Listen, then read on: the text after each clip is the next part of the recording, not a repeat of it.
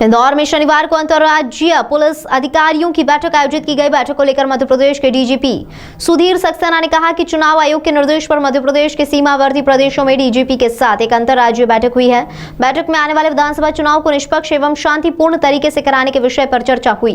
राज्य की सीमाओं की समस्याओं पर भी चर्चा हुई। सीमावर्ती प्रदेशों में बदमाशों की सूचियां आदान प्रदान की गई, जिससे आगामी चुनाव में उन पर नजर रखी जा सके।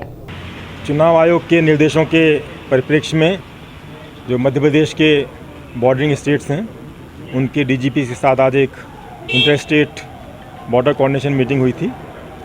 इस मीटिंग में छत्तीसगढ़ के डीजी श्री अशोक जुनेजा, महाराष्ट्र के डीजी श्री रजनीश सेठ, गुजरात के डीजी श्री विकास सहाय, राजस्थान के डीजी श्री उमेश मिश्रा और उत्तर प्रदेश से एडीजी श्री आलोक सिंह और उन राज्यों के अन्य अधिकारी उपस्थित हुए।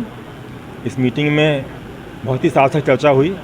जो आगामी विधानसभा चुनाव हैं उनको स्वतंत्र, निष्पक्ष और शांतिपूर्ण ढंग से संपन्न कराने के लिए जो भी बॉर्डर स्टेट्स के इश्यूज़ होते हैं, आपस में कोऑर्डिनेशन, जो लोकल लेवल पे कोऑर्डिनेशन होता है, जो थानों का, सब डिविज़न्स का, उसके बारे में चर्चा हुई।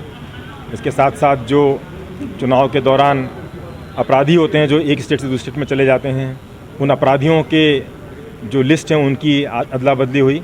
जो विभिन्न राज्यों के अपराधी हमारे यहाँ वांटेड हैं उनकी लिस्ट हमने उन राज्यों को दी। उन राज्यों से भी जानकारी प्राप्त हुई। तो वारंटियों की जो पकड़ना है उसके बारे में बातचीत हुई।